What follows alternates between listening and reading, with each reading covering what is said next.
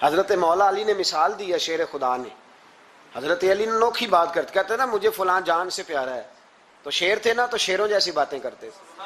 کسی نے پوچھا آپ کو نبی پاک صلی اللہ علیہ وسلم سے کتنا پیار ہے, تو فرمانے لگے سخت گرمی سخت پیاس میں جتنا بندے کو ٹھنڈے پانی سے پیار ہوتا ہے مجھے اس سے بھی بڑھ کے اپنے نبی سے پیار ہے صلی اللہ. کیسی مثال عطا فرمائی. لوگ وہیں کھڑے ہیں جان سے زیادہ پیارے, فرمایا نہیں, سخت گرمی میں سخت پیاس میں اتنا بندے کو ٹھنڈے پانی سے پیار ہوتا ہے مجھے اس سے زیادہ مصطفیٰ سے پیار ہے. یہ مولا علی کا فرمان ہے. ہارون رشید کو پیاس لگ گئی تو پانی کچھ دیر سے آیا تو تڑپنے لگا, پانی لاؤ گلا خشک ہو گیا, گھنٹہ ہو گیا, شور کرنے لگا, جلال میں آ گیا, تڑپ لاتے کیوں نہیں, جلدی کرو. جب بندہ گرمی میں آتا ہے نا باہر سے تو پانی دیر سے آیا نا تو دل کرتا ہے کہ وہ ہو سکتا ہے گھر میں کوئی بم بھی پھوڑ دے, پانی کو دیر سے آیا ہے پہلے پانی. اس لیے سمجھدار خواتین باہر سے جب کوئی آتا ہے تو پہلے پانی لاتی ہے, پانی پی لے جناب. تو ہارون رشید تڑپ رہا ہے, امام مالک قریب بیٹھے تھے. خادم کہنے لگا حضور ایک کنواں خشک ہو گیا ہے اور دوسرا آپ کی شیان شان نہیں, پانی صاف نہیں, تو تیسرے سے بندہ لینے گیا ہے, آ رہا ہے. بندہ تھوڑی دیر سے آیا تو ہارون رشید بڑا پریشان تھا. اب بات امام مالک کر رہے تھے تو وہ نہ توجہ اس کی پانی کی طرف تھی.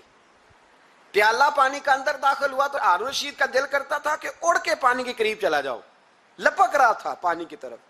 جب پانی آیا اس کو پکڑایا تو امام مالک رحمت اللہ علیہ کہنے لگے بادشاہ ذرا ٹھہر جا, پی لے نہ, آگے ہے نا اب تیرے قبضے میں ہے, ایک مسئلہ مجھے بتا لے پھر پانی پینا. ہارون رشید ایک رات پہلے نا بڑی باتیں کر رہا تھا کہ میں حکومت صحیح چلا رہا ہوں, میرے معاملات بڑے اچھے, اپنی حکومت کی تعریفیں ایک رات پہلے ہو رہی. اب جب پانی پینے لگا تو امام مالک اس کو رات والی بات پہ اسے سمجھانا چاہ رہے ہیں. فرمانے لگے بادشاہ رک جا. رک گیا. آپ فرمانے لگے اگر یہ پانی ملتا ہی نہ, پورے ملک میں نہ ملتا, پھر تجھے پتہ چلتا پوری دنیا میں نہیں. ذرا سوچیں آپ, اگر پانی خدا نہ خواستہ اگر پانی ملے ہی نہ, کہا نہ ملتا, پانی کو کوئی اہمیت تو نہیں نا ہم دیتے, نلکا کھلا ہے تو کھلا ہے, اور اگر ملے نہ تو ہماری بنیادی ضرورت ہے پانی, ایک قدم نہ لوگ چل سکے. کہا ہارون رشید اگر ملے ہی نہ اور اگر تجھے لینا پڑے ایک پیالہ پانی کا تو کیا دے کے لے گا؟ کہنے لگا میں اپنی آدھی سلطنت دے دوں گا, آدھی حکومت اور پانی کا پیالہ لے لوں گا. امام صاحب فرمانے لگے چل سمجھ میں آ گیا, پی لے پانی.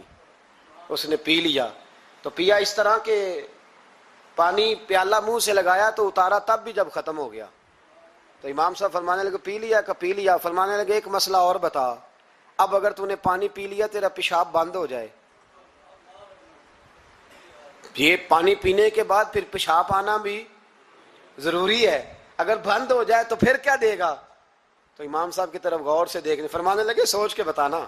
کہنے لگا حضور آدھی سلطنت باقی کی بھی دے دوں گا. تو امام صاحب نے رومال اٹھایا, کندھے پہ رکھا, چلنے لگے. کہاں جا رہے ہو؟ فرمانے لگے اس بادشاہ کے پاس کیا بیٹھنا جس کی پوری سلطنت کی قیمت پانی کا ایک پیالہ ہے. ایک پیالہ پانی کا اگر نہ ملے تو آدھی گئی, اور پیشاب نہ آئے تو باقی بھی.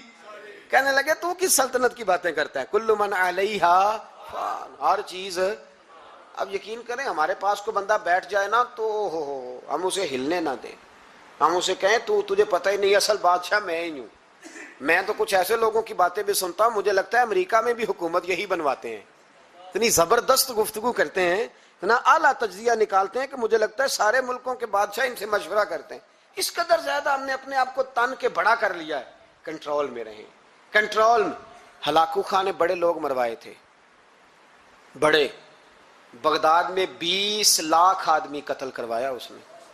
20,000 نہیں, میں نے کہا, ذمہ داری سے حوالہ دو. کتنے لوگ بولیے؟ 16 لاکھ آدمی اس نے تلوار سے مروایا. لوگوں نے نا زیر زمین تہ خانے کھودنے شروع کر دیے. 4 لاکھ آدمی تہ خانوں میں چھپ گیا اور چن چن کے مسلمان مارتا تھا. جب ہلاکو کو کسی نے بتایا نا 4 لاکھ بندے چھپ گئے, اس نے نہروں کے بند توڑوا دیے, دریاؤں کے بند توڑوا دیے, پانی زیر زمین چلا گیا. 4 لاکھ آدمی ڈوب کے مر گیا. 20 لاکھ آدمی مروایا. ایک دن ایک علاقے میں گھوم رہا تھا, لیمبو کھانے کا بڑا شوقین تھا. بازار میں گیا تو ایک لیمبو خریدا.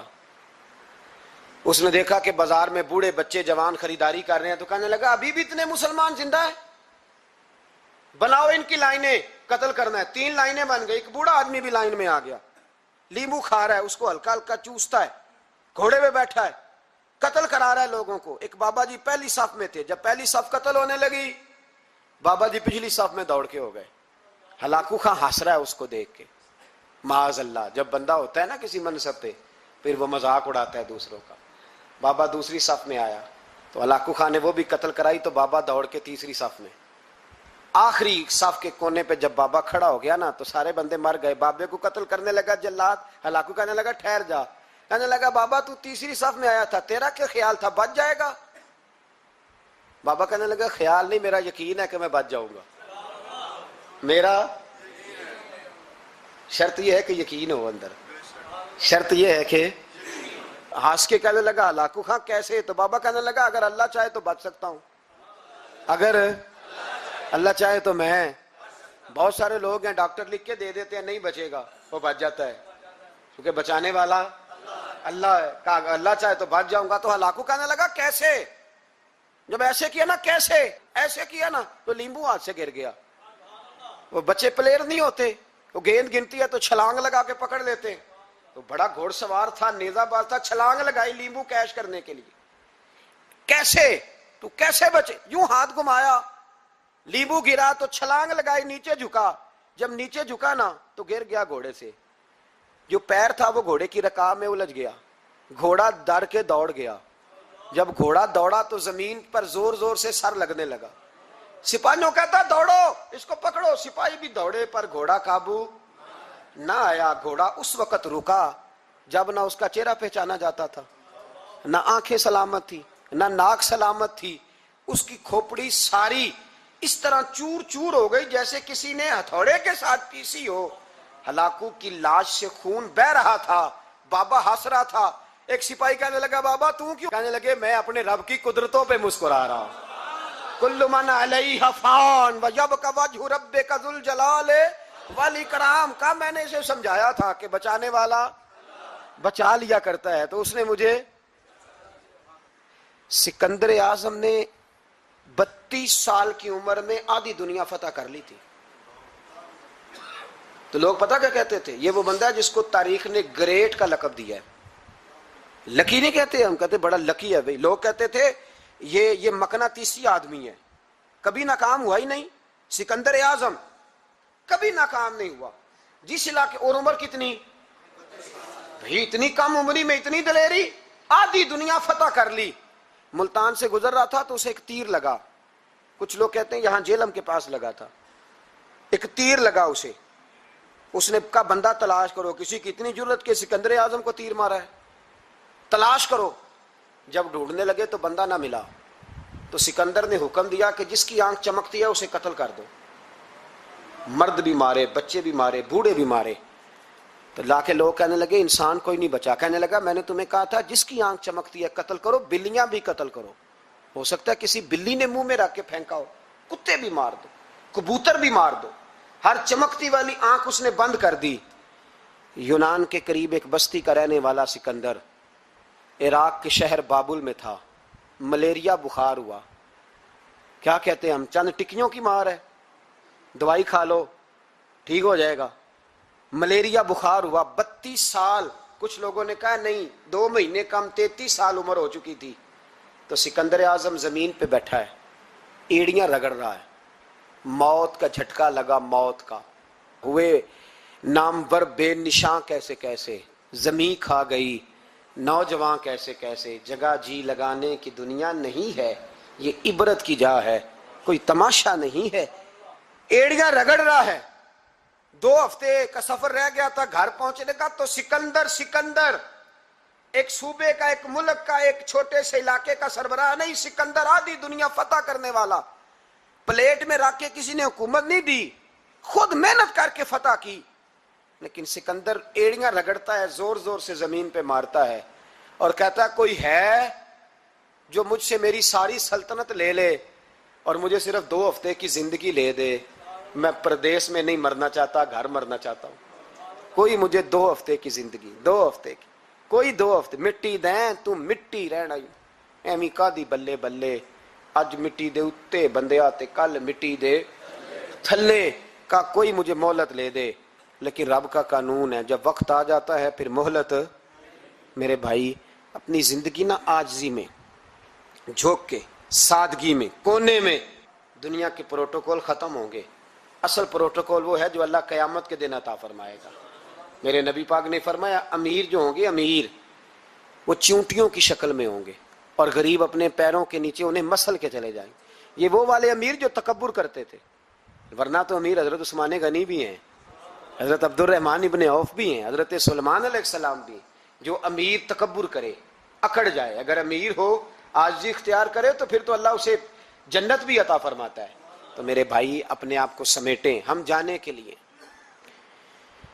جن کی عمریں میری طرح 40 سال کی طرف سفر کر رہی ہیں نا، وہ آدھی زندگی جی چکے ہیں، باقی آدھی پتہ نہیں ہے۔